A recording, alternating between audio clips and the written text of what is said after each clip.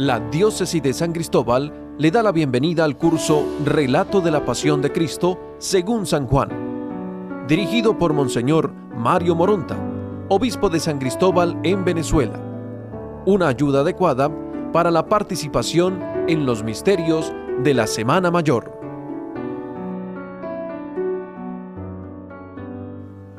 Con nuestro saludo volvemos nuevamente a nuestra reflexión sobre la Pasión según San Juan. Hemos visto hasta ahora desde el momento en que Jesús es apresado hasta el momento de su sepultura. Y vamos a estudiar o repasar o meditar el capítulo 20 con las apariciones y lo referente a la resurrección. Ciertamente que desde el punto de vista estrictamente formal, la Pasión según Juan termina con la sepultura. En eso hay un acuerdo en todos los autores. Sin embargo, podría dar la impresión de que todo se acaba allí. Por eso nos atrevemos a hacer una breve presentación sobre lo acontecido el domingo, que se halla en sintonía también con lo que cierra el capítulo 19, es decir, la sepultura. Los momentos finales de Jesús y su sepultura, como ya lo vimos, hablan de la revelación de la dignidad regia de Jesús. Cumple su misión, es proclamado rey y tiene un trono, la cruz. Es sepultado con los honores sencillos de un rey, para lo cual debe ser ungido. Por eso llevó Nicodemo en el momento de la sepultura mirra y aloe, unas 120 libras más o menos. Eso sería para ungir todo el cuerpo del Señor. Pero bien, lo sabemos y profesamos que no todo se queda allí. Resucita y así le da a la declaración de Jesús como rey una consistencia no solo mesiánica y salvífica, sino de plenitud definitiva. Quien resucita ahora es el rey de toda la humanidad y resucita con la gloria que le pertenece, la del Hijo de Dios. Por esta razón, sin entrar en contradicciones con los autores que hablan de la pasión hasta el final del capítulo 19, deseamos hacer una presentación de lo que nos ofrece el capítulo 20. En primera instancia, la experiencia del sepulcro vacío, luego el encuentro, la aparición de Jesús con María Magdalena, seguido de la aparición a los discípulos y posteriormente a Tomás el incrédulo. Y terminaremos con una primera glosa de conclusión de este capítulo y también del Evangelio según San Juan. Los primeros versículos del capítulo 20, del 1 al 10, nos hablan del sepulcro vacío. Vamos a leer el texto detenidamente. El primer día de la semana va María Magdalena de madrugada al sepulcro cuando todavía estaba oscuro y ve la piedra quitada del sepulcro. Echa a correr y llega donde Simón Pedro y donde el otro discípulo a quien Jesús quería y les dice: se han llevado del sepulcro al Señor y no sabemos dónde le han puesto. Salieron Pedro y el otro discípulo y se encaminaron al sepulcro. Corrían los dos juntos, pero el otro discípulo corrió por delante más rápido que Pedro y llegó primero al sepulcro. Se inclinó y vio las vendas en el suelo, pero no entró. Llega también Simón Pedro, siguiéndole, entra en el sepulcro y ve las vendas en el suelo, y el sudario que cubrió su cabeza, no junto a las vendas, sino plegado en un lugar aparte. Entonces entró también el otro discípulo, el que había llegado primero al sepulcro, vio y creyó, pues hasta entonces no habían comprendido lo que según la Escritura Jesús había dicho, que Jesús debía resucitar de entre los muertos. Los discípulos entonces volvieron a casa. Hasta aquí el texto del Evangelio según San Juan. Hay dos elementos temporales con los que se inicia el relato de la resurrección. El primer día de la semana. Ya ha pasado el sábado de la Pascua y estamos al inicio de un nuevo tiempo. Este será el gran argumento para que la Iglesia asuma el domingo, Día del Señor, como el día importante para el descanso y la celebración del misterio pascual. El otro dato es curioso, en la madrugada. Coincide con la hora en la que comenzó el juicio de Jesús ante Pilatos y el día de su muerte en el Calvario. La madrugada habla del despertar de un nuevo día, ahora marcado por la experiencia que se vivirá. Se ve que era muy temprano, pues aún estaba oscuro, cuando María Magdalena llega al lugar de la sepultura. Allí se encuentra con que la piedra del sepulcro está retirada. Esto es, el sepulcro está abierto. Aparentemente, no entró ni vio si estaba el cuerpo de Jesús. Sin embargo, sale corriendo y les anuncia a Pedro y a Juan, el otro discípulo: se han llevado del sepulcro al Señor y no sabemos dónde le han puesto. Versículo 2. No afirma todavía que ha resucitado. Manifiesta su temor ante la posibilidad de que haya sido robado el cuerpo. La reacción de los dos discípulos no se hace esperar. Versículos 3 y 4 dicen: salieron Pedro y el otro discípulo y se encaminaron al sepulcro. Corrían los dos juntos, pero el otro discípulo corrió por delante más rápido que Pedro y llegó primero al sepulcro. Sin descartar la participación posterior de otros discípulos, los que salieron corriendo son los mismos discípulos que acompañaron a Jesús, al menos juntos, hasta el inicio del juicio de Pilatos. No sabemos por qué Juan, después de haber llegado primero, no entró sino hasta cuando llegara Pedro. En efecto, Pedro llega y logra entrar en el sepulcro y tiene la experiencia de la tumba vacía. Luego regresa Juan y mira lo mismo que Pedro: las vendas en el suelo y el sudario doblado en otro sitio. Es cuando se terminan de abrir los ojos de ambos. Dice los versículos 8 y 9 dicen: entonces entró también el otro discípulo, el que había llegado primero al sepulcro. Vio y creyó, pues hasta entonces no habían comprendido que según la Escritura, Jesús debía resucitar de entre los muertos.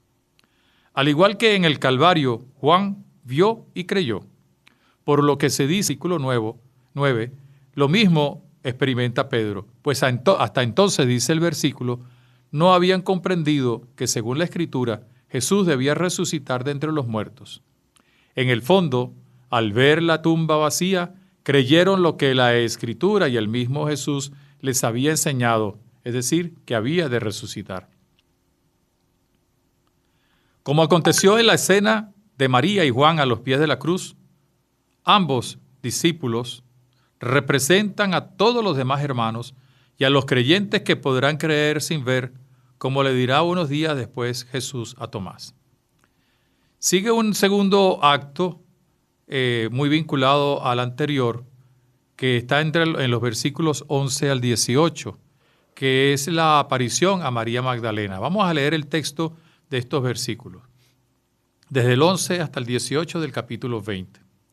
Estaba María junto al sepulcro fuera llorando, y mientras lloraba se inclinó hacia el sepulcro, y ve dos ángeles de blanco sentados donde había estado el cuerpo de Jesús, uno a la cabecera y el otro a los pies. Dícenle ellos: mujer, ¿por qué lloras? Ella le respondió: porque se han llevado a mi Señor y no sé dónde le han puesto. Dicho esto, se volvió y vio a Jesús de pie, pero no sabía que era Jesús. Le dice Jesús: mujer, ¿por qué lloras? ¿A quién buscas? Ella, pensando que era el encargado del huerto, le dijo: Señor, si tú te lo has llevado, dime dónde lo has puesto y yo me lo llevaré. Jesús le dice: María. Ella se vuelve y le dice en hebreo Rabuní, que quiere decir maestro. Dícele Jesús: no me toques, que todavía no he subido al Padre, pero vete donde mis hermanos y diles: subo a mi Padre y Padre de ustedes, a mi Dios y el Dios de ustedes. Fue María Magdalena y dijo a los discípulos que había visto al Señor y que había dicho estas palabras. Hasta aquí el texto del capítulo 20, versículo 11-18. Por la forma como inicia el versículo 11, María Magdalena debió llegar junto con los dos discípulos, pues se afirma que está junto al sepulcro, fuera, llorando. No había tenido la misma experiencia de ver y creer como aquellos dos discípulos. Es entonces cuando logra ver dos ángeles de blanco sentados donde habían colocado a Jesús. Hay un brevísimo diálogo. Los ángeles le preguntan por qué llora, a lo que ella le responde: porque se ha llevado a mi Señor y no sé dónde le han puesto. Versículo 15. Les responde con las mismas palabras con las que les comunicó a Juan y a Pedro que no había encontrado al Señor. Todavía no había visto, entre comillas, no había creído. Incluso les insistirá: Señor, si tú lo has llevado, dime dónde lo has puesto y yo me lo llevaré. Curiosamente, se dirige a ellos en singular, con un término que se le aplica a Jesús, Señor, y está dispuesto a buscarlo para llevárselo. Esta última expresión encierra todo un contenido teológico que podríamos describir como la búsqueda de la fe. Dime dónde está para yo llevármelo. Y hace la petición al Señor. Esto va a conseguir respuesta con el encuentro que sigue a continuación.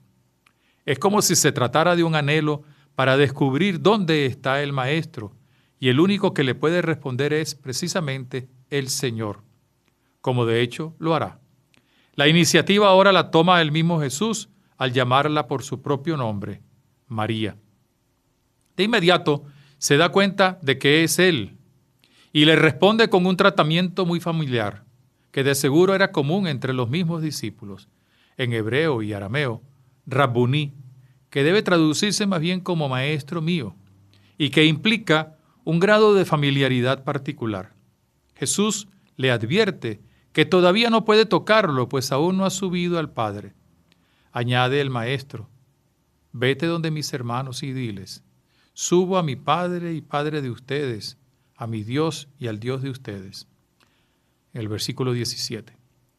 Algunos autores ven en este mandato el paralelo al mandato evangelizador que se encuentra en los sinópticos. También algunos autores llegan a decir que es el momento de la ascensión de Jesús a los cielos.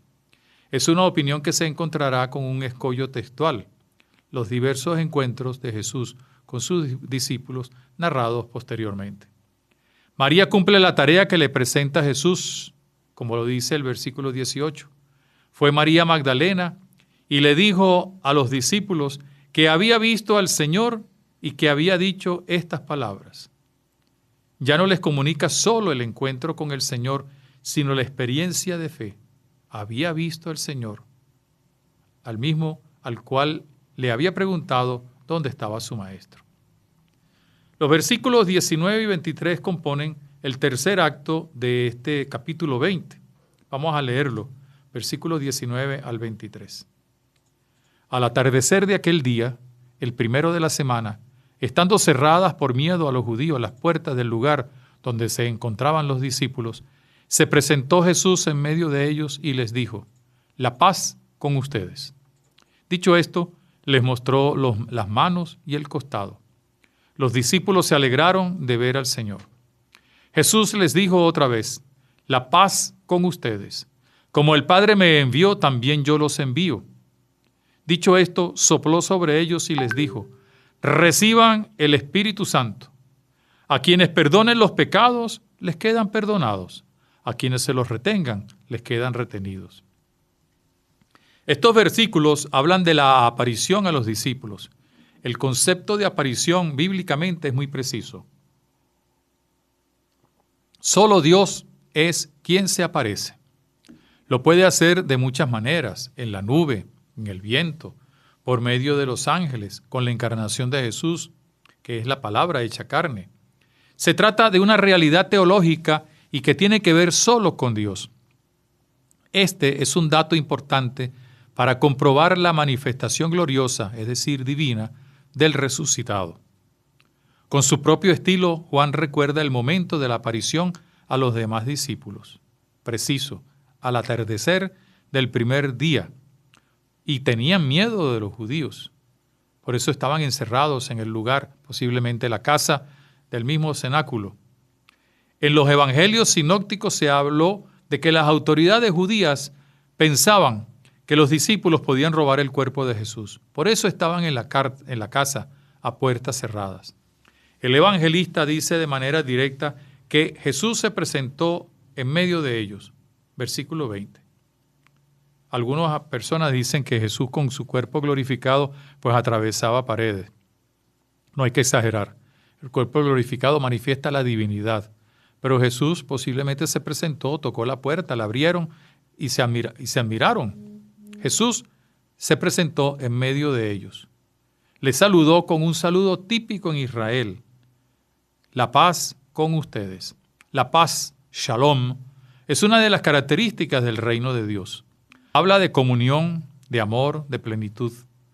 Pablo posteriormente hablará de Cristo como nuestra paz, es decir, como quien da la salvación.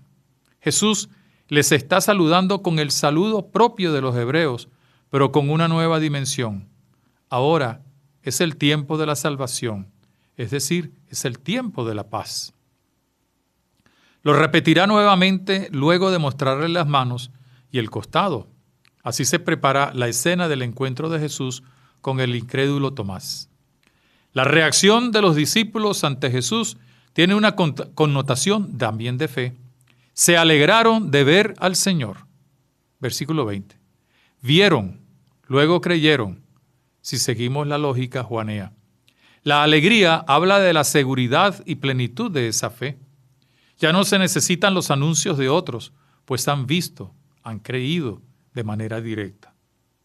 Y la alegría no es otra cosa sino la expresión, no de admiración, sino de comunión y de contento porque el Señor ha resucitado. Sigue el mandato del envío. Jesús los envía como el Padre lo envió a Él. No es otra cosa sino incorporarlos a la misión que ha de venir en el próximo futuro. Les toca a ellos hacer lo que hicieron Pedro, Juan y Magdalena, anunciar que de verdad ha resucitado. Y al incorporarlos en su misión que deberán realizar desde ahora en adelante y hasta los confines de la tierra, les da la fuerza del Espíritu. Reciban el Espíritu Santo. Versículo 22. Y la fuerza es tal que les otorga el poder de perdonar los pecados o de retenerlos según las circunstancias. Al concederles este poder, los asocia aún más a la misión, como lo insistía ante Nicodemo en el capítulo 3, ya que había venido, por envío del Padre, no a condenar, sino a salvar. La salvación incluye como primer paso el perdón de los pecados. El cuarto acto de este capítulo 20 lo componen los versículos 24 y 29 y hace referencia de manera directa a la aparición a Tomás. Dice el texto evangélico: Tomás, uno de los 12, llamado el mellizo, no estaba con ellos cuando vino Jesús. Los otros discípulos le decían: hemos visto al Señor. Pero él les contestó: si no veo en sus manos la señal de los clavos, y no meto mi dedo en el agujero de los clavos, y no meto mi mano en su costado, no creeré. 8 días después, estaba otra vez sus discípulos dentro y Tomás con ellos. Se presentó Jesús en medio, estando las puertas cerradas, y dijo: la paz con ustedes. Luego dice a Tomás: acerca aquí tu dedo y mira mis ojos, mis manos. Trae tu mano y métela en mi costado, y no seas incrédulo, sino creyente. Tomás le contestó: Señor mío, Dios mío. Le dice Jesús: porque me has visto, has creído. Dichosos los que no han visto y han creído. Tomás faltaba esa tarde-noche de la primera aparición de Jesús a sus discípulos, y ellos le transmitieron la alegría de su fe. Hemos visto al Señor, versículo 24. Pero duda, es imposible que se dé la resurrección para él. Quizás estaba aún aturdido y frustrado por la muerte en cruz de su maestro, y pone las condiciones para poder ver, entre comillas. Si no veo en sus manos la señal de los clavos, y no meto mi dedo en el agujero de los clavos, y no meto mi mano en su costado, no creeré. Versículo 24. Pasó una semana, y el domingo siguiente Jesús se presentó nuevamente ante los discípulos, y ahora sí estaba Tomás. Jesús, luego de saludarles nuevamente con la paz, se dirige a Tomás y le invita a introducir su dedo en las llagas y su mano en la herida del costado abierto. Y le increpa: no seas incrédulo sino creyente, en el versículo 27. Y la respuesta de Tomás es entonces una profesión de fe. Versículo 28, cuando dice: Señor mío y Dios mío. Lo que Jesús le responde, en el fondo, tiene que ver con el efecto del envío de los discípulos por parte de Jesús, del que termina de participar Tomás. Porque me has visto, dice Jesús, has creído. Dichosos los que no han visto y han creído. Versículo 29. A partir de ahora, el testimonio de quienes vieron y creyeron debe ser el medio por el cual quienes no vieron como ellos lo vieron pueden creer.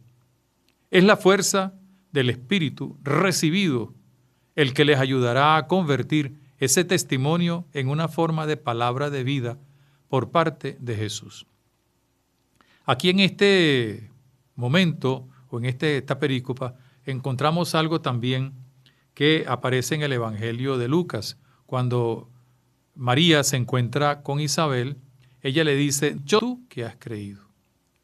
La fe implica la bienaventuranza, la dicha, la alegría. Y entonces el concepto de alegría, que va a ser muy manejado también por San Pablo, es un concepto que habla de comunión, de sintonía, de admiración, de contemplación. Así, a partir de ese momento, la fe significa ver, implicará aquello que se dijo en el relato de la pasión. Mirarán al que traspasaron, pero ya no traspasado, sino a través de sus llagas van a ver la fuerza de la resurrección. Termina este capítulo con 2 versículos, 30 y 31, que podemos llamar como una primera glosa de conclusión del Evangelio. Dice estos 2 versículos.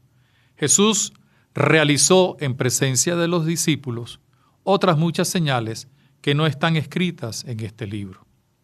Estas han sido escritas para que crean que Jesús es el Cristo, el Hijo de Dios, y para que creyendo tengan vida en su nombre. En el capítulo 21 habrá otra glosa de conclusión.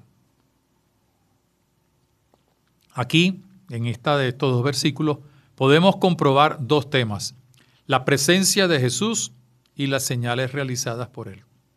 La presencia nos indica que el resucitado se apareció en varias veces y realizó otras señales que no se encuentran escritas en este libro, el Evangelio de Juan. Pero se confirma algo que tiene que ver con lo anteriormente señalado. La finalidad de haber escrito esas señales es para que podamos creer y así conseguir el objetivo de la vida y ministerio del Señor, para que creyendo tengan vida en su nombre, para que creyendo, viendo, tengan vida en el nombre del Señor. Es decir, no olvidemos que la palabra nombre, ónoma en griego, significa no solamente la identificación de una persona, sino la persona misma. El nombre es la persona que se caracteriza pues por algún calificativo, por un nombre propio. Entonces, para que creyendo tengan vida en él, en su persona. Esto último también tiene que ver con la misión encargada a los discípulos. Todo apunta a dar a conocer para que otros vean. Esa es la misión, que otros vean. Y viendo tengan vida, es decir, creyendo tengan vida en su nombre. Desde la fe, en el testimonio de los discípulos, van a poder ver los otros y así reconocer al resucitado y tener la posibilidad de alcanzar la vida en su nombre. Hemos terminado hasta aquí, en este momento, todo lo referente, dijéramos, a la lectura exegética de la pasión y también del capítulo de la resurrección. Volvemos un poquito a sintetizar a partir de unos datos formales, protagonistas, espacios, lugares, tiempo, de algunas palabras clave, de algunos elementos de contenido. Pudimos organizar el texto desde el capítulo 18 hasta el 20 en 4 grandes momentos, 4 grandes etapas, 4 grandes partes. La primera parte, que hace referencia desde la noche de la Pascua, es decir, de la cena pascual, hasta la madrugada del viernes, todo lo que se refiere a Jesús en el huerto, cuando es apresado y llevado donde Anás y Caifás, que más que un juicio allí vamos a encontrar, bueno, ya una decisión tomada y buscaban la forma de justificarla. Allí en esa primera parte destacamos la confesión de fe de Pedro a la manera inversa, es decir, yo no soy de ese Señor, quien se había proclamado como el yo soy al que ustedes buscan, y que generó pues toda una conmoción en los que iban a apresarlo. Y luego pues el diálogo que tiene con el sumo sacerdote, y luego en la madrugada, que es el señalamiento temporal para iniciar la segunda parte, comienza el juicio ante Pilato, o las acusaciones de las autoridades judías con Pilato, y ellos mismos se enredan en su propia trampa, porque lo presentan como como rey, y luego como hijo de Dios. Y en el diálogo que tiene Pilatos con Jesús, se da cuenta de que verdaderamente era inocente, y buscaba la manera de no apresarlo, pero él mismo cae en la trampa de los judíos cuando lo retan. Si tú no cumples con lo que te pedimos es porque no eres amigo del César, porque éste se hace pasar por rey. Y termina esta segunda parte precisamente entregándole a las autoridades judías, con el apoyo de sus soldados, a Jesús para que lo crucifiquen. La tercera parte, o el tercer momento importante de este relato, que está compuesto por el capítulo 19 en su primera parte, habla de todo lo que aconteció en el Calvario, que es el relato propiamente de la crucifixión, de las 3 palabras que pronuncia el Señor ante su madre, pidiendo agua porque tiene sed, y el cumplimiento de la misión. Y aquí se revela Él como el Dios que tiene un trono, y un trono que permite cumplir con la profecía de que Él es el Rey, y es un Rey que viene a cumplir la voluntad del Padre. Sigue la escena de la sepultura con el apoyo de Nicodemo, pero primero de Arimatea, los 2 fariseos. Y como lo veíamos muy bien hace ya en una de las últimas sesiones, pues vemos como el llevar el perfume con el cual se iba a ungir al Señor, el ponerlo en una sábana nueva, el llevarlo a un sepulcro nuevo, daba la connotación de que era una exequia de un rey que ha muerto, pero un rey que es reconocido como tal. Y luego, como lo vimos hace un momento, el capítulo 20, que habla de las apariciones, que si bien no componen de manera formal la pasión del Señor, está muy vinculada al relato del capítulo 18 y 19. Hemos revisado, pues, todo lo que nos dice el texto bíblico, a partir de lo formal y hasta la parte, dijéramos, más profunda, descubriendo todo lo que el Señor nos quiere decir. En la próxima sesión vamos a tratar de hacer una breve reflexión teológica donde veamos algunos aspectos doctrinales para nuestra pastoral, para nuestra vida espiritual, y también pues para entender un poco algunos elementos de la liturgia, sobre todo del Viernes Santo. Les recordamos que pueden ustedes acudir a nosotros a través de el email relatospassionjuan@gmail.com por si tienen alguna pregunta, alguna inquietud, alguna sugerencia. Y en la página de la Diócesis de San Cristóbal, www.diocesisdesancristóbal.online, ahí pueden encontrar ustedes tanto el subsidio que estamos presentando para el conocimiento de todos ustedes, y la ficha o el link para la inscripción para aquellos que quieran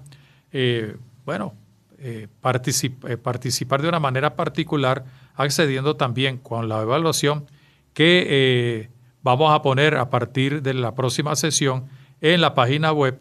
Quienes respondan más del 75% de las preguntas de manera correcta, pues podrán optar al certificado que es avalado por la Universidad Católica, el Instituto Universitario Santo Tomás de Aquino y la Diócesis de San Cristóbal. Les saludamos y les invitamos a tener una tarea, para que en la próxima sesión podamos nosotros llegar con algunas propuestas, sea de ustedes o nuestras, para sacar algunas conclusiones. Conviene hacer dos cosas. Primero, volver a leer y releer el texto de San Juan del capítulo 18 al 20. Y también revisar, aquellos que tienen algunas notas, o revisar también el subsidio para poder, quizás aprovechar más lo que vamos a tener en la próxima sesión. Que Dios nos bendiga. Hasta el próximo encuentro. Curso Relato de la Pasión de Cristo según San Juan, avalado por la Universidad Católica del Táchira y el Instituto Universitario Eclesiástico Santo Tomás de Aquino. Todos los subsidios disponibles en la web diócesidesancristóbal.online. Esta es una producción del Diario Católico de Venezuela.